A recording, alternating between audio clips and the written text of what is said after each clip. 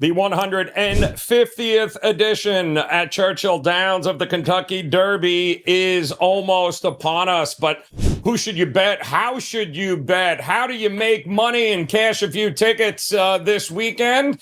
Well, we've got you covered here at Pony Pundits on Wager Talk TV because we've got two of the best horse handicappers around as we welcome back in the pundit himself, Mr. Marco D'Angelo. As a matter of fact, he's wearing his lucky hat, so you know this is going to be good. And, of course, Sean Alvarez with the headphones from 1986. But really, they look good on him. So we've got plenty to get to here. Gentlemen, welcome in. Hard to believe, Marco. 150th edition of the Kentucky Derby. We've got some contenders that we want to jump into here, and nobody knows Sierra Leone like you do. You've been talking about him all week. So talk to us here. 3-1, Marco. What do we need to know? Well, Sierra Leone, in my opinion, all things equal, is the best horse in the race. Now, I said all things equal. The problem for Sierra Leone is that this horse is a stone-cold closer. The Kentucky Derby, contrary to popular belief, most people think because they're going the added distance that this is a race that sets up for closers. Too often, it doesn't happen that way because you got to overcome two big obstacles. One is you got to get an honest pace.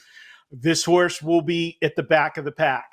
If you get a slow first half, I don't care how good the horse is, you're not going to be able to make up the necessary fractions going a fast second half of the race. The other problem, it's a 20-horse field. This is probably the only time in these horses' careers they're ever going to see 20 horses in one race, which means if there's 20 horses in the field and you're coming from way back, that's a whole hell of a lot of horses you got to navigate around, and you can incur traffic problems. But if they do go honest fractions and gets a clean trip and is able to bob and weave and not get stopped with momentum, Sierra Leone can be there. I will have Sierra Leone on my ticket.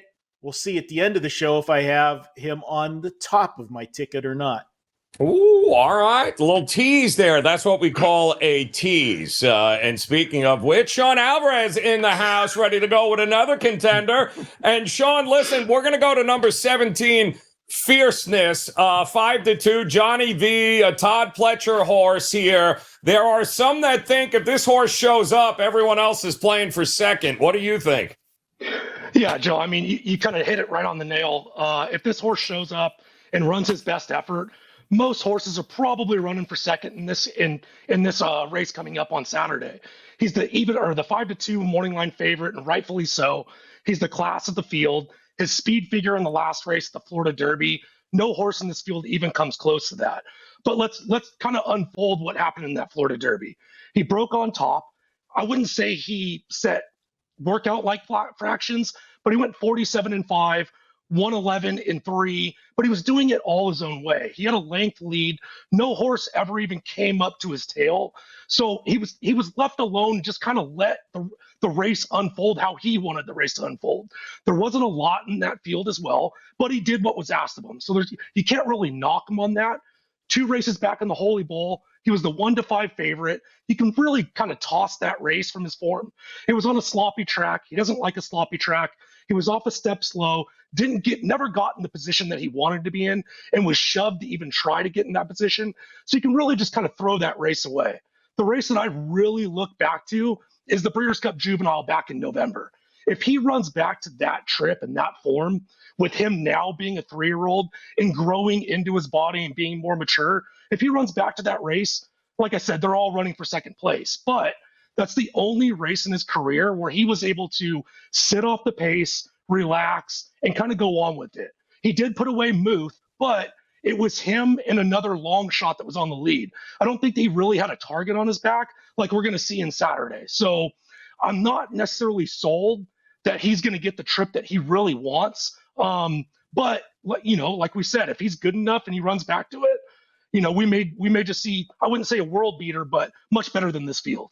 All right, good stuff there. Marco, number 8, just a touch. Brad Cox, of course, one of your favorites here. Does he have 7 horses in this race here? No, not yet. Okay, well, I'm sure he will eventually by the time we get to the Belmont. 3 races, I think, total here. Not exactly a well-rounded horse, but at 10-1 is just a touch worth a shot here. Just a Touch is a very interesting horse, Joe. You look at this horse, he's got to overcome one of the myths that we've had over the past, where if you didn't race at 2, you don't win the Kentucky Derby. Well, we saw that go by the wayside several years ago when a horse named Justify did it. Oh, wait, who's the dad of this horse, the sire? Yeah, that's right, it's Justify.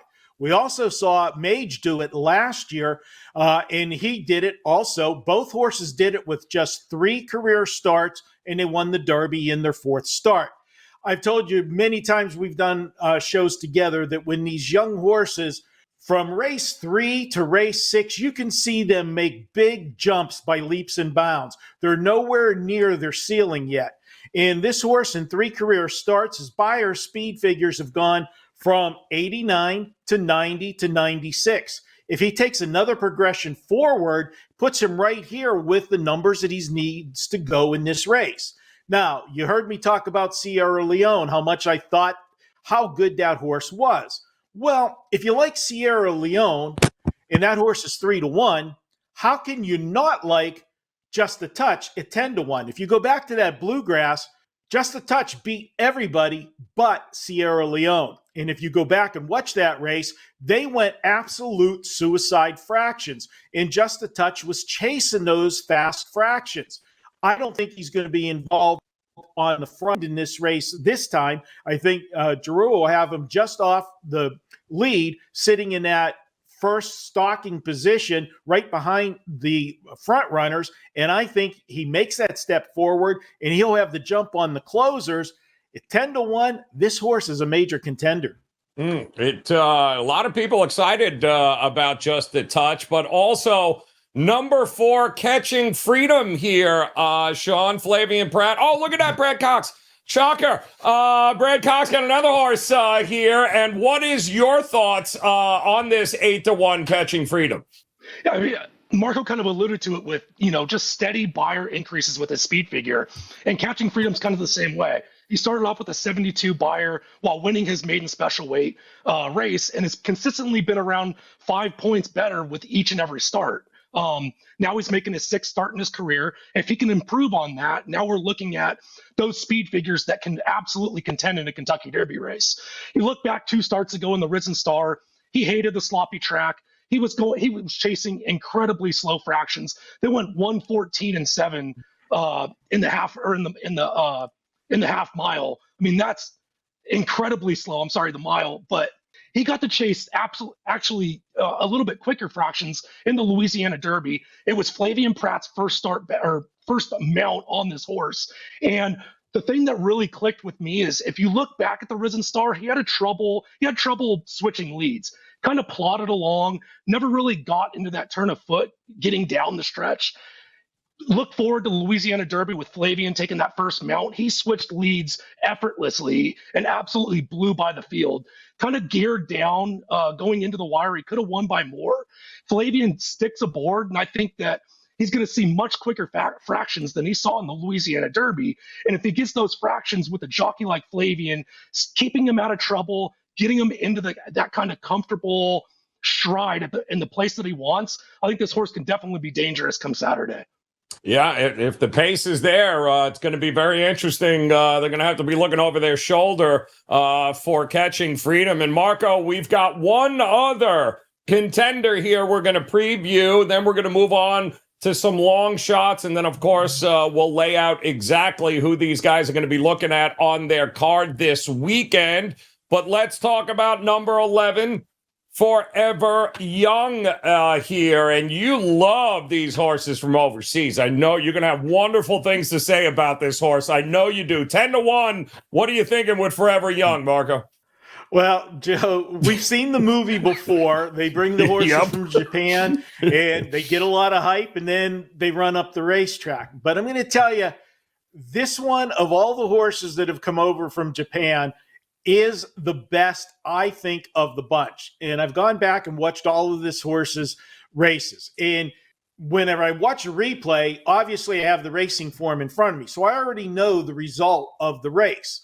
I'm watching the race and I know the horse is going to win the race. But as I'm watching the race, I'm sitting there saying, there's no way this horse can win this race. How can this horse live on the outside as long as he has and still make up ground and win the race? And he just absolutely impressed me in his last two starts. You go two back to the Saudi Derby, and at top of the stretch, there's no way that I thought this horse was ever going to run the horse on the front end down.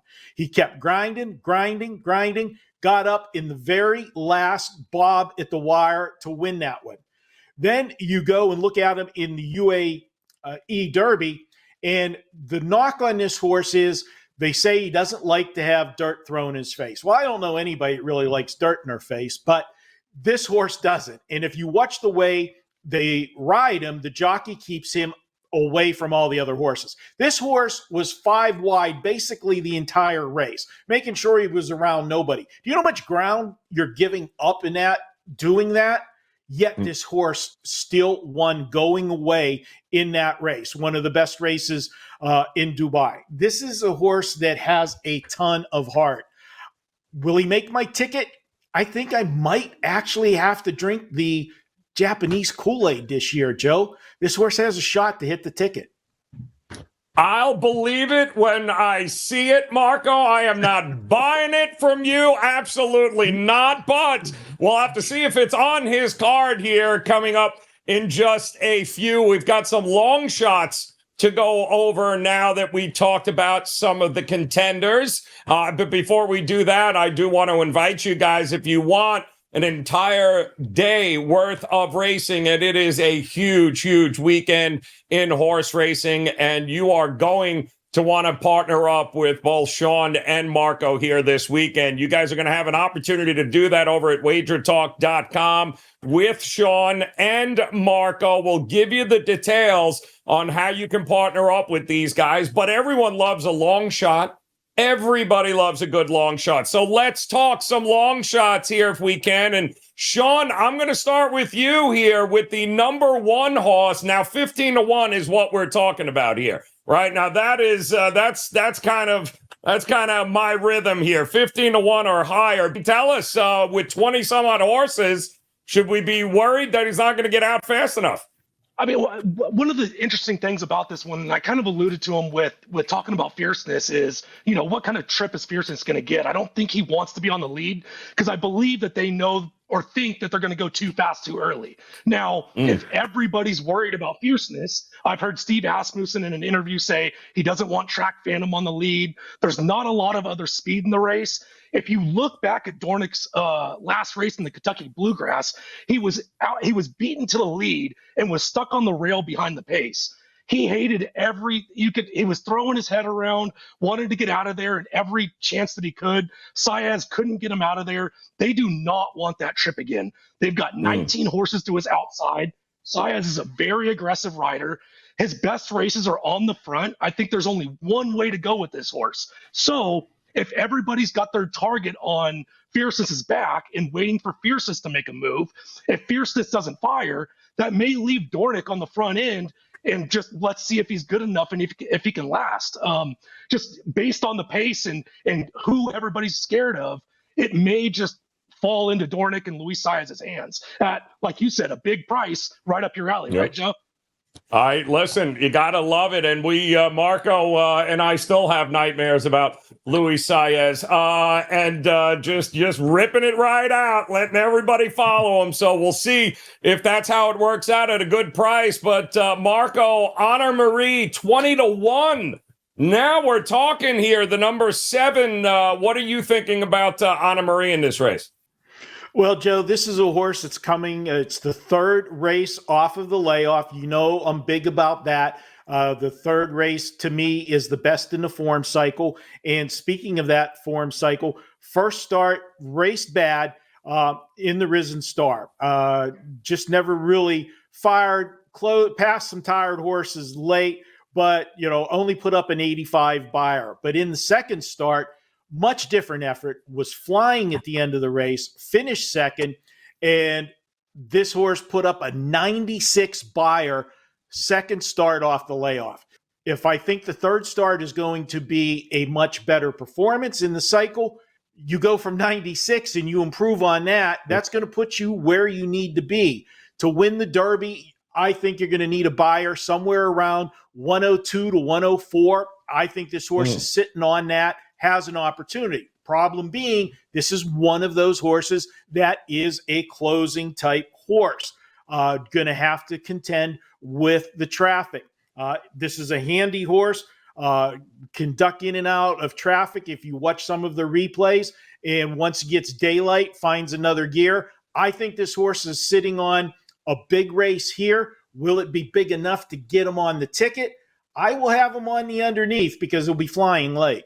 Yeah, also very familiar with this track, seems to have had some success there. So interesting horse there too, especially at the price at 20 to 1. Oh boy, Sean, now we're really getting up there. How about a 30 to 1 shot here with Endlessly? Big number, but that's some big shoes to fill here. Should we be looking at him in the exotics? Yeah, so this horse was, in his 2-year-old year last year, he was a turf horse.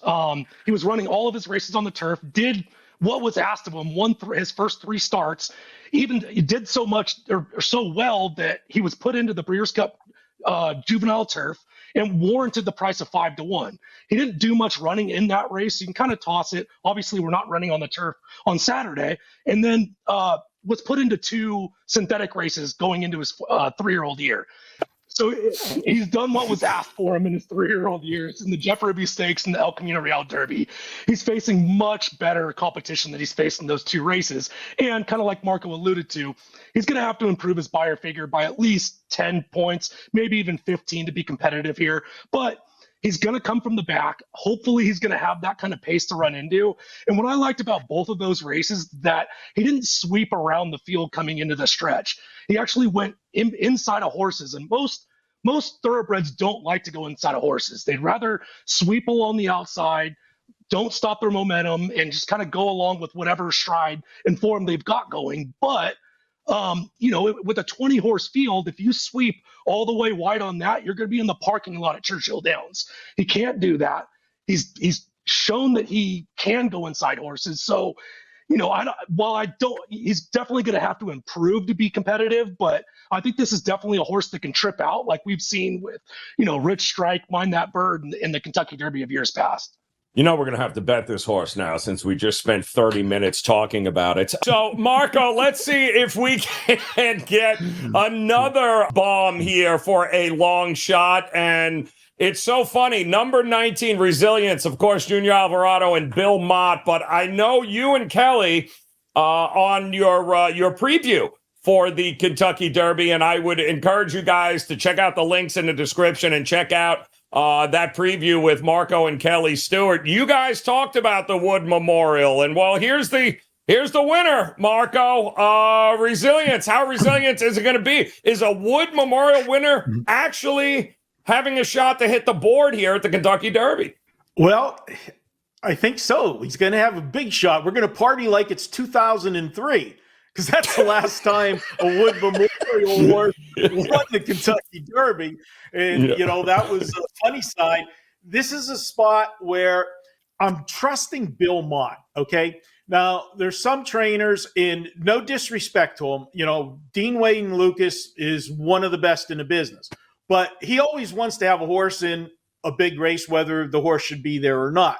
Bill Mott's not that way. If Bill Mott shows up for a race, he thinks he has a good shot. And I look at the way they've managed this horse.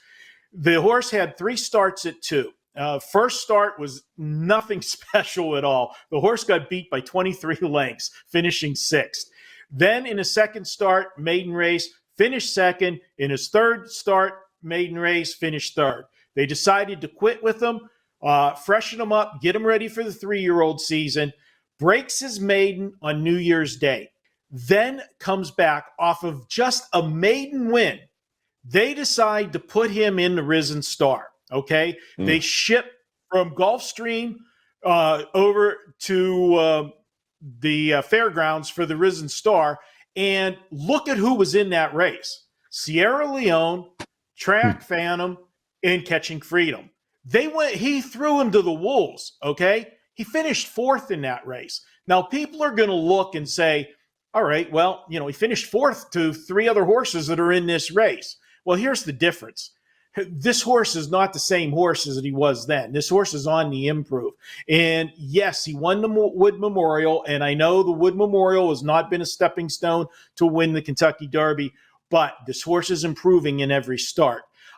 He showed me enough in that, and whenever he opened up in that race, he exploded in the lane. It wasn't the toughest field in the Wood Memorial, but it was definitely a confidence-building win. Got him the 100 points he needed, stamp his ticket to the Kentucky Derby. And just the fact that Bill Mott thought enough off of only a maiden win to put him in that Risen Star in what was one of the tougher prep races during the spring, it tells me how much he thinks of this horse. And he's showing up in Louisville on Saturday.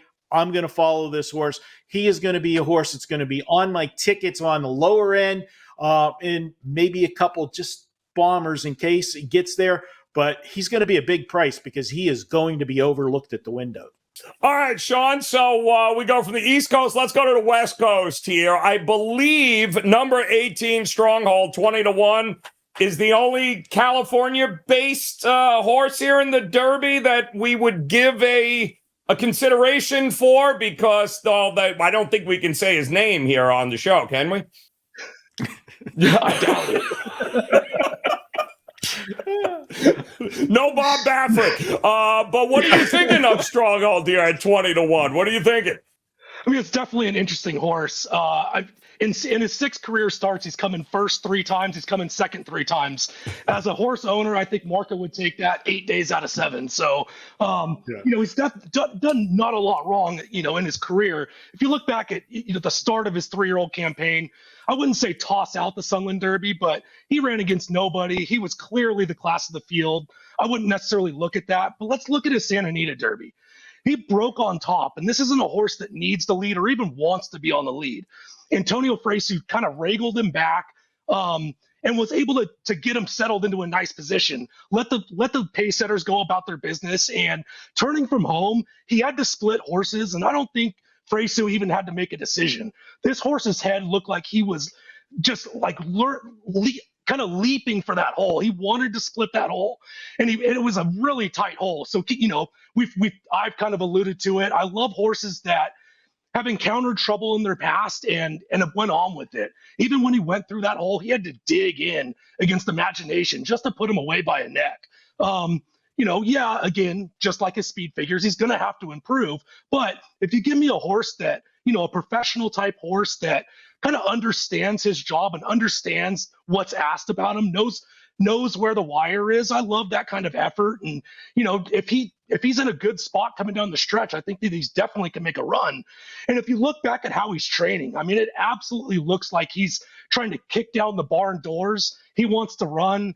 And when he's allowed to, he's completely running up the track. So I think we could definitely see a big effort at a big price. And Fresu is riding his heart out down on the Southern California track. So this is a jockey that I love to have in a big field, get his horse into a good position and see if he's good enough. Good stuff there. All right, so here we've got contenders, we've got long shots, and coming up here in just a minute, we're going to take a look at the horses that these guys have narrowed down that they're going to be looking to play. But I will remind you, of course, you want the full day worth of racing from these guys. It's a absolutely monster day at the track at Churchill. What a day it's going to be. What a very profitable day it's going to be. And you have an opportunity to partner up with Marco and Sean right now. In fact, Sean did have that 15-1 winner mage a year ago at the Kentucky Derby. Also going to be locked, loaded, and ready to roll at Churchill this year. Normally $35 to hop on board with him, but he's going to give you his entire pre-sale card here for just $25. As long as you get it now, don't wait for the day of the race, guys. Get it now. It is an absolutely huge day of racing coming up this weekend. And Marco, we all know that Marco locked, loaded, ready to go. And as a thank you for Marco, he is also giving you an opportunity to get a discount on his card. Use that code DERBY10. That's DERBY10 right on the screen there. You can get $10 off at checkout for his plays, which would include not only the Derby, all the other races, but as well as his Major League Baseball, NBA playoffs, NHL playoffs. So an opportunity here to partner up with both of these guys. Take advantage of that over at wagertalk.com. All right, the moment of truth here. We've got to go over the cards, see what they look like. But Marco, my first question to you is, where have the favorites gone over the last couple of Kentucky Derbies? I can't remember the last favorite here. I'm wondering, does your card have a lot of chalk on it this year? I've got a little bit of a mixture here, and I can tell you that I don't know how Sean's handicapping went, but, I can make a solid case for probably 6 to 7, possibly 8 horses, depending on trips. But what I landed on is the horse I think is going to get the best trip, and that is number 8, Just a Touch. I think Just a Touch, breaking from post 8, is going to be able to come out of the gate with his gate speed that he has and settle in just off the pace setters. And I do think that we are going to get a little bit of a quick pace simply because, as Sean alluded to, Dornoch down at the rail is going to have to fire out of there. Luis Saez is not going to take any prisoners. He's going to want to make sure this horse is on the lead. We know that Fierceness is going to have to break from the outside to try to get position, not necessarily wanting the outside. And I think the fact people say that Track Phantom doesn't want to be on the lead. Well, every race he's raced has been on the lead. And if they don't want to be on the lead, why the hell did they put blinkers on him this week? That I don't understand. That's going to fire him up even more. And then we did have the scratch of Encino, which I think actually adds to the speed. Even though Encino was a speed horse, he was breaking from the middle of the pack. We're adding Epic Ride, moves into the race off the also eligible list, and Epic Ride will try to leave from the outside for position. So Just a Touch, sitting just in behind the front runners, will have the first jump on all of the closers. And again, I go back to the Bluegrass. I was impressed. 3rd career start, chasing fast fractions and then gutting it out and finishing a very good 2nd. This horse has a license to make a big jump. That's my top horse. Sierra Leone will close, finish somewhere on this ticket. I've got Sierra Leone and then, of course, Fierceness. If everything goes his way, as Sean said, could run away with this race. I don't think so, but he's going to be there. And then pour me some sake. I'm drinking the Kool-Aid. I've put Forever Young, the Japan horse, on my ticket. I'm sorry, Joe. Can't believe I did it. I can't believe it.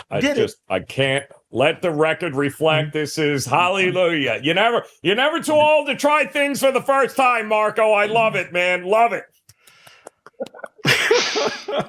You are going now, let's see, just to make sure, it's 8, 2, 17, and 11, right? For those keeping score at home here. We'll have that up on the screen for you. So number 8, number 2, number 17, and number 11, Forever Young for Marco. All right, there we go. But guys, don't forget, take advantage. Use that code DERBY10, by the way, and go hop on board for Marco's full card as well as the NBA, NHL, and Major League Baseball. A lot going on here this weekend. And Sean, you know that as well, man. Plenty happening here for you. You cashed tickets in this race a year ago. So I'll ask you the same question. Hasn't been a very chalky Kentucky Derby for a while.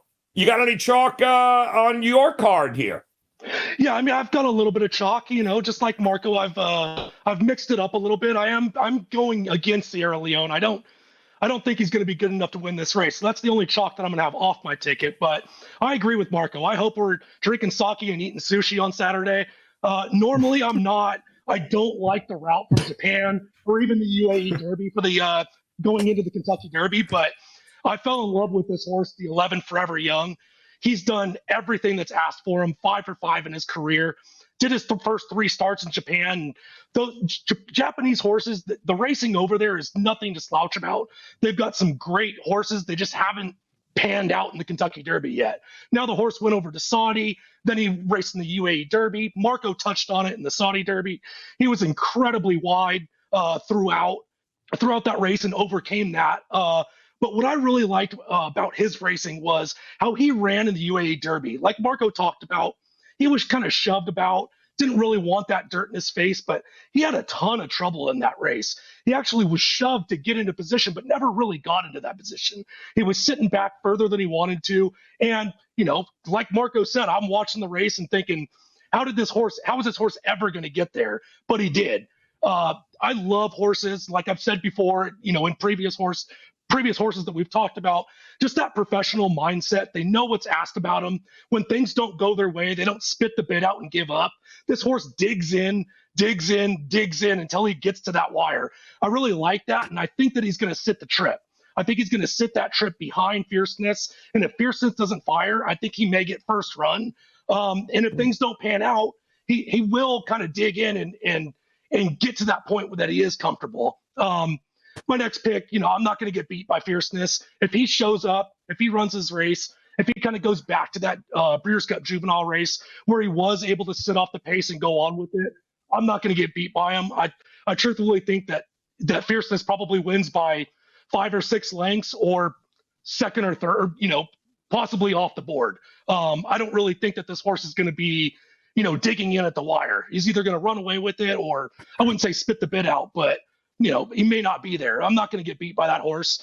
I talked about the number 4, Catching Freedom, previously. I love that Flavian Pratt stays on. His last race with them, like I said, he switched leads just effortlessly, and it made his turn of foot kind of that much more dangerous. And if he can replicate that, I think he gets the pace to run into. And I'm actually going with one of the Longshots as my 4th pick. I really like the 18 Stronghold. Just talked about him a little bit, but he looks like he's knocking the stable doors down. He wants to run. He's going to need to step up a lot, but I love Diamato and Fresu. And if this horse is good enough, then, hopefully he trips out.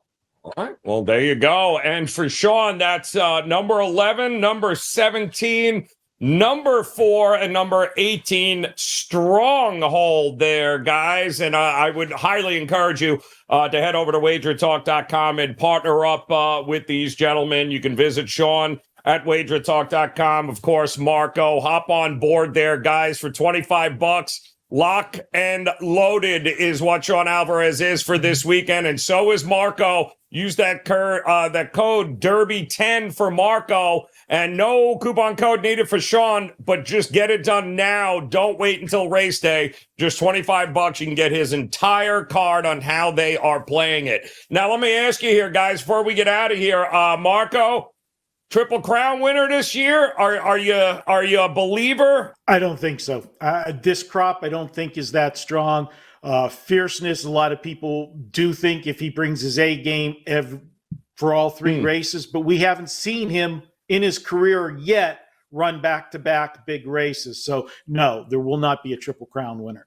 And Sean, I'm not even worried about the horses, Sean. I'm worried about the damn owners, not letting them run in all 3 races. But are you a believer in this crop? Do you think one might actually surprise us here for a Triple Crown winner? Yeah, I agree with Marco. I don't think this crop really yields a Triple Crown winner. It really kind of all depends on what Fierceness does, the trip that he runs, and kind of how he responds to that.